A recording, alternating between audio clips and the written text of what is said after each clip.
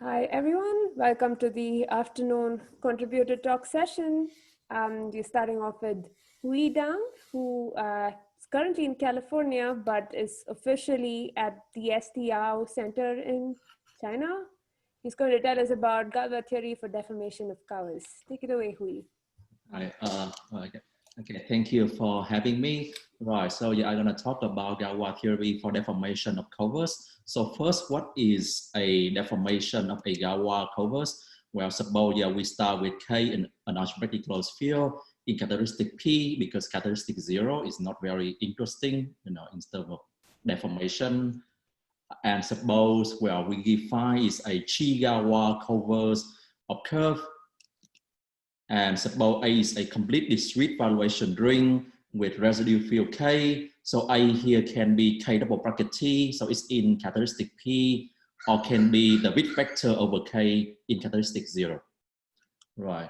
Then a deformation of phi over capital A is simply a cover tau, a chi Galois cover tau from Y strip to X strip, so that the special fiber is isomorphic to phi, and the chi action on Y strip reduced to the original chi action on Y. Right. Yeah. So it's simply that. Right. So why we care about deformation? Well, so suppose you have some like hard problem, then so if you can deform your hard problem to an easier one, and you can say something about the easier one, then in many cases you can go back to say something about the hard one. Right. So that's why, and there are many more applications, and I will mention that later. Right, so now let's look at one example of deformation of Galois cover of curve. So the very simple Galois cover is the cyclic cover, right, in characteristic P. So it is, so in characteristic P, the cyclic cover is classified by Artin-Schreiber theory. So in the case of, just Z mod P cover, when P is phi, then a Z mod phi cover is going to be given by an Artin-Schreiber equation like this, right? And suppose A is K double bracket T, so it's in characteristic P, then the tau here, then this equation define a deformation of phi over capital A. So why is that? Well, so if you're looking at the special fiber of tau, it's when T is 0. So if you plug in T is 0 to the right-hand side of this equation, you have this, right? So it means that, well, the special fiber of tau is birationally equivalent to phi. Okay, right? But it's only birationally equivalent. It's not isomorphic. We need more than that.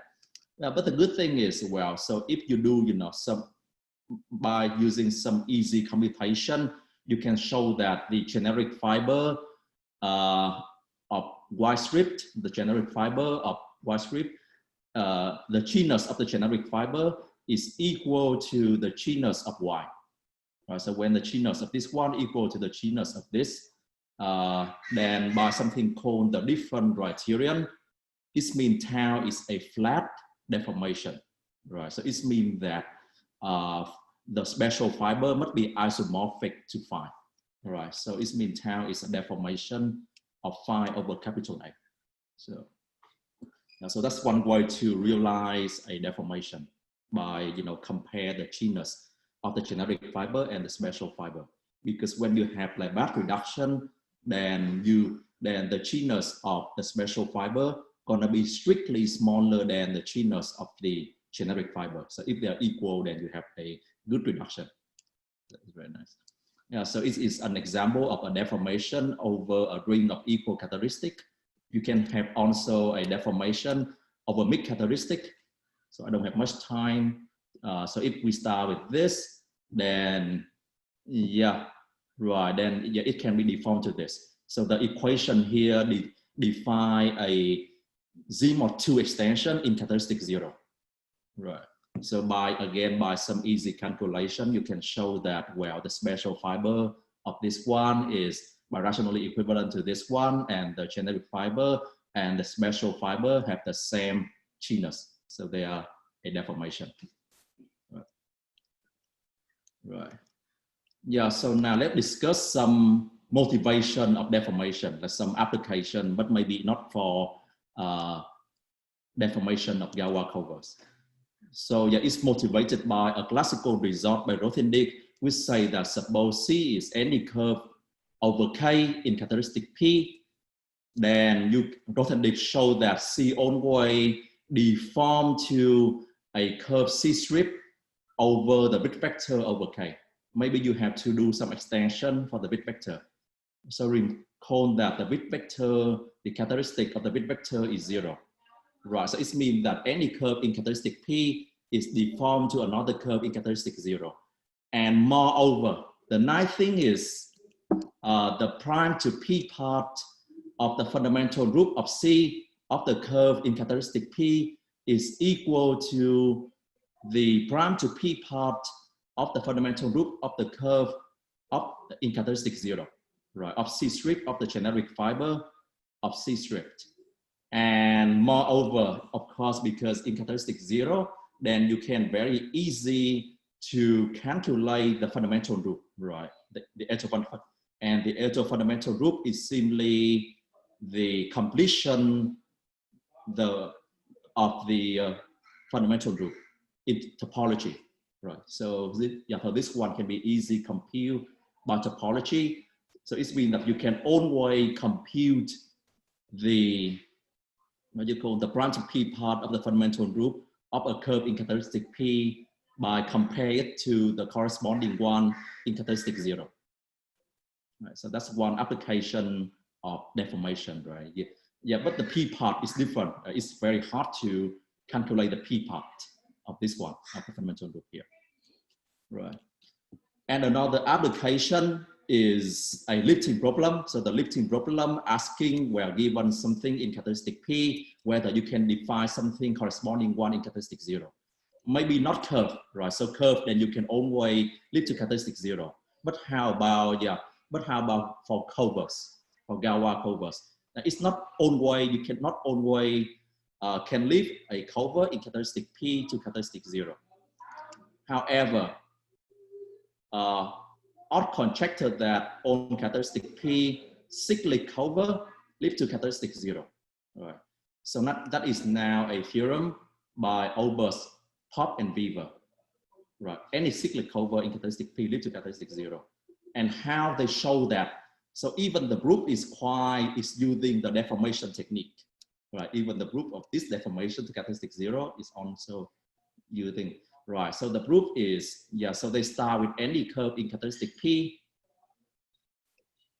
Then, Pop show that any curve in characteristic P deform over the same characteristic to a curve, to a nice curve, to a curve which have no essential ramification, right? So you start here, you have something nice, and Olbers and Weaver complete the proof by showing that any nice curve lift, right? So you have some random curve, you deform your random curve to a nice curve, and your nice curve lift. So your first random curve is also lift, right? So that's another application of deformation. Okay. Right.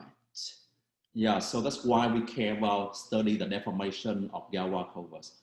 So the nice thing is, right, so if you start with a covers of curves, so if the covers, if your Galois cover branch at a bunch of points, a bunch of branch point, then the nice thing is the deformation of the whole cover is determined by the deformation of the restriction of the cover to the branch point. So that is a local principle, right? The deformation of the whole thing is determined by the deformation of the finite local things, right? So it means that we can always restrict ourselves to study the local G-Galois covers of power series like this, right? So just cover of power series over K. Okay, so if we denote by def G or def phi the deformation functor of phi. Right. Yeah, this phi here, the covers, the Chi-Gawa covers of power series. Then the functor that chi is by Bertrand and Mazar represented by a virtual deformation ring. So there is some ring that parameterize all the local deformations. Right? There always some ring that represent the deformation. So this is some kind of like modularized by problem, some algebraic geometry. Right. And the tangent space of the functor is actually quite classical. Is h1 chi comma the module of derivation of k double bracket z. So this one, the one upstairs, and the abstraction space for deformation is simply the set.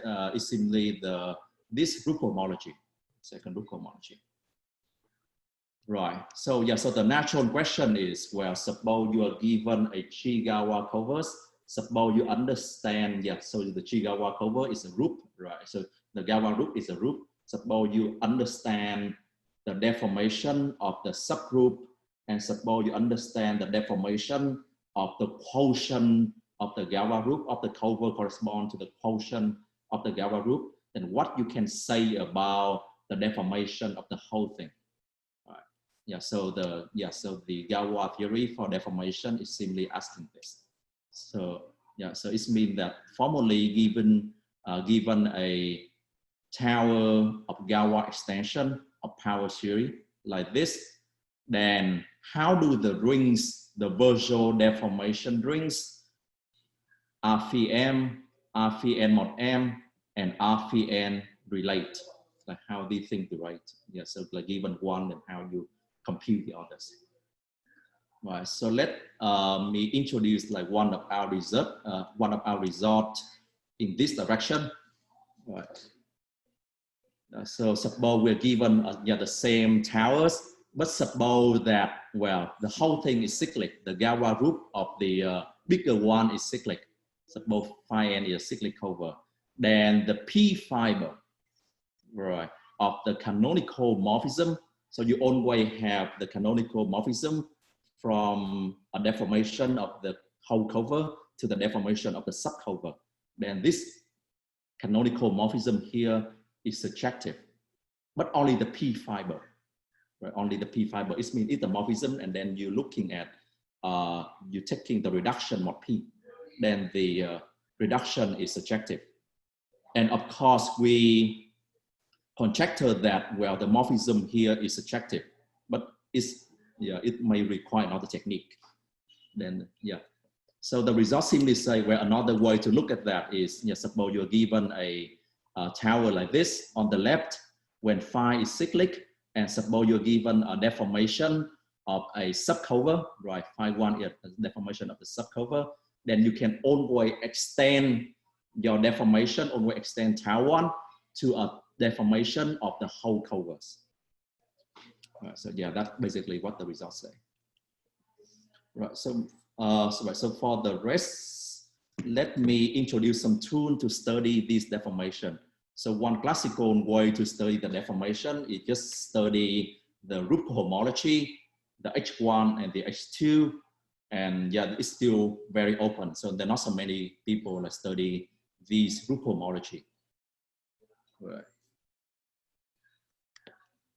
Yeah, and the way, so yeah, so and the technique we use to solve the previous result is using something called the herbitry techniques. So this is quite new, and what is that? So herbitry is simply a way to study the degeneration of the cover, right? So again, we start with something. Then instead of we construct a deformation, how about we looking at some candidate for deformation, right? We're looking at some candidate. So we study the reduction of this one. We study whether your candidate have a good reduction. So if this one has good reduction, then this one is a deformation of this one. Right? So herbitry is simply another technique using the refine, the Cato refine swan conductor in order to study your good reduction of some cover over a completely discrete valuation rings. And of course, you can also study the automorphism ring of power series over some completely discrete valuation ring. It's reduction. But yeah, this one is quite open and we don't know much about this. And finally, right, let me give more application. So again, yeah, deformation, like understand the deformation of a cover. Also equate to understand the geometry of the moduli space that parameterize a family of objects. Right. So yeah, by studying deformation, we're actually able to show that the moduli space that parameterize Z mod P cover of fixed genus is connected when the genus is large, right, by studying the deformation. And understand the moduli space in turn give you can help you to understand the invariance over a flat family of objects, right? So for example, where suppose you can deform from this one to this one, then yeah, if you, for example, you understand the, you know the Newton polygon for this curve, and if you can deform this curve to this curve, then somehow the Newton polygon for this one is gonna be the lower bound for the Newton polygon of this one, right? So yeah, that's the same philosophy. Okay. All right. So yeah, so that's all. Thank you for your attention. Thank you, Huy, for a very nice talk. You can all type in the chat or unmute and clap. Are there any questions for Huy?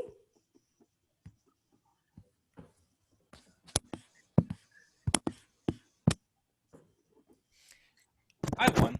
If you have an explicit curve over FP, for instance, Yes. A G cover, how difficult is it to actually find a particular lift in practice? So like the example you gave, I think was easier to find, but.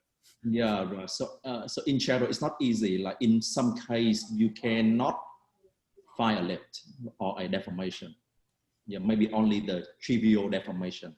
It's not always, yeah, but for cyclic covers, then we can always find a lift to characteristic zero. So that is the odd conjecture, but it's not always the case. Like some G cover, you cannot find a deformation or lift. So in situations where you know that there exists a deformation, Yes. how difficult is it to find the equations for the deformation? Oh, the equation. Yeah, in general, it's hard. Right. Mm-hmm. So, well, so mostly I'm working with cyclic cover. So in cyclic cover, then you have Artin-Schreiber theory or Kummer theory for characteristic zero. So it's easier to construct the equation. But even that, yeah, it's not easy to find the explicit equation. Like you can say something about the equation, yeah, but finding the equation in general is hard. For Z mod P cover, then it is maybe easier, yeah, but for maybe Z mod P square, then yeah, I don't know much about this. Is there like, I guess like what DZB is asking is if maybe there's some kind of iterative algorithm, like Newton's algorithm for continuing the coefficients, but like you say, maybe it's not hard.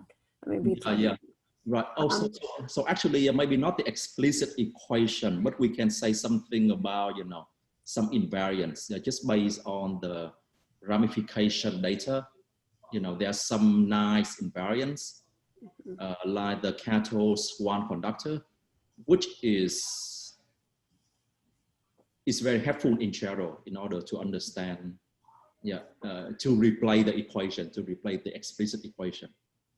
Yeah, but I've heard you speak a few times, but like I still like, I don't hold examples in my hand. Do you have a favorite example of a cover that doesn't lift? What's your simplest example that you? Oh, cover doesn't lift. That's good.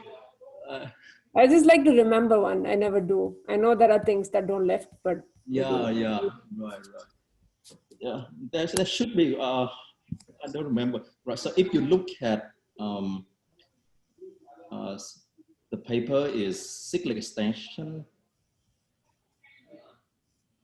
I forgot it. So you want something non-cyclic. Okay, so that's maybe already like Right. No, yeah. what I don't In the paper, like they discussed like something. Yeah. So it's the paper by Albers and Bieber. So this is called like cyclic extension and the local lifting problem or something. Yeah, so it's an answer of math paper, and in the paper, like they discuss some case when they give some example where you cannot lift to characteristic zero. I think they argue on the order of the automorphism group. Like I think for in characteristic zero and in characteristic P, then there are some restriction for the order of the automorphism group. That's why it's okay, you cannot lift to characteristic zero. I'm not sure about that, yeah, but there are some explicit example. Yeah, I was just wondering if there's one that's simple enough that you can tell me now and I'll remember for the rest of my life.